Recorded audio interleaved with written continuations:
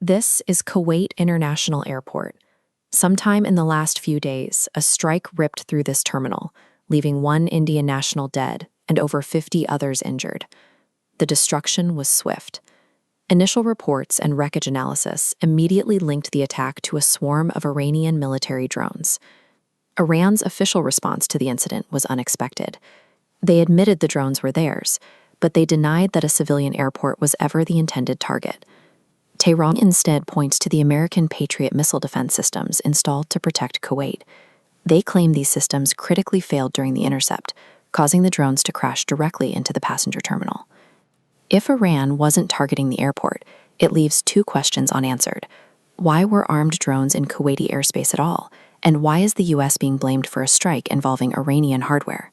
The smoke at Kuwait International is the first visible sign of an exchange that reached a boiling point exactly 24 hours before these drones arrived on the radar. To find the origin of the strike, we have to look back at the Strait of Hormuz. The United States currently maintains a strict naval blockade here, designed to choke off Iranian shipping operations.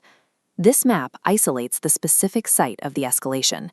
In an effort to enforce that blockade, the American military launched a targeted strike on an Iranian territory known as Keshm Island. Keshm is a strategic hub. It houses subterranean tunnels and the drone boat fleets Iran uses to harass vessels in the strait, the exact hardware that provoked the U.S. attack. Iran's retaliation focused on the launch points of that American strike.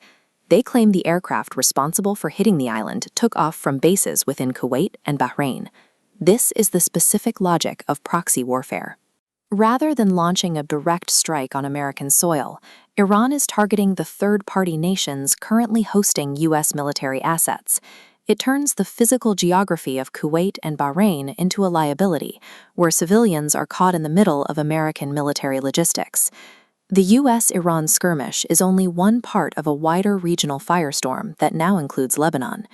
Israeli leadership is currently pushing its military operations into Lebanon, bypassing directives from the U.S. and Donald Trump to maintain a regional ceasefire. Iran is using this defiance as a strategic opening. They have cited Israel's actions as the reason to declare their own adherence to any regional ceasefire completely null and void. The result is a chain reaction of unchecked aggression. Israel hits Lebanon, the U.S. hits Keshem, and Iran hits Kuwait. The established rules of engagement have disintegrated, leaving every player in the region engaged in an unrestrained shadow war. While the Middle East destabilizes, the atmosphere in Washington, D.C. is focused on a very different kind of de-escalation. There is a disconnect between the violence on the ground and the rhetoric in the Capitol. Senator Marco Rubio recently told a committee that, from the U.S. perspective, the conflict is technically over. This narrative is supported by a specific domestic move. The House of Representatives recently passed a bill, 215-208, designed to block the commander-in-chief from launching a war with Iran. This legislation places a legal lock on the American military's response, creating a statutory barrier to prevent the country from being drawn into a broader conflict. This anti-war sentiment places a hard limit on the incoming administration.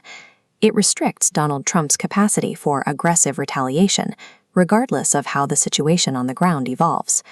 By legally stepping back to avoid a massive war, the U.S. is creating a geopolitical vacuum.